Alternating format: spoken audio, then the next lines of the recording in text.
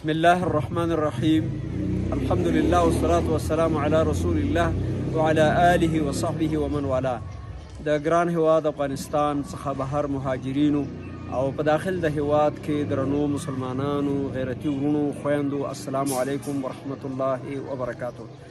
دا په افغانستان مشرقي کې د کونړ ولایت د په کوم ځای کې چې زه قرار لرم، زه فضل مالک د دې دینی مدرسې محتمم او مدیرم او دا علمی مدرسه چې د نجونو بخش لري، د حفظ او د کتابونو بخشونه لري، تعلیمی جریان هم شروع کړی دی د الله عز وجل په فضل او کرم باندې. تر اوسه پورې مو ټولنې ته د دین او د وطن د خدمت لپاره په سلګونو فارغان وړاندې کړي دي. لله الحمد والمنه علی ذلک. او وړاندې مې ویله چې د نجونو مدرسه لرو، همدارنګې د حفظ لرو او د کتابونو مدرسه آن تر دورة الحدیث شریف پورې مدرسه لرو چې کال په کال په سلګونو هلکان او نجونې الحمدلله فارغېږي. دا چې ګرانو هیوادوالو او لیدونکو مبارکه میاشت د رمضان المبارک ده، د خیر او برکت او د رحمت میاشت ده.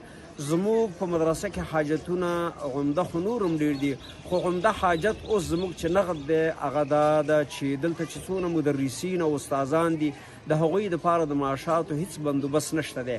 ستاسو د ټولو هیوادوالو قدرمنو څخه په دې مبارکه میاشت کې هیله لرو چې د الله د رضا دپاره خپل صدقات او زکاتونه او خیراتونه په هغه نمبر د واتساپ باندې چې هغه به انشاءالله په سکرین باندې تاسو وګورئ، په دغه نمبر باندې هغه موږ ته راواستوئ چې موږ په خپل هیواد داخل کې په نبوي منهج باندې برابر د علم او د طلاب العلم او د علم د مقام کما حقه مناسب انشاءالله خدمات تر سره کو.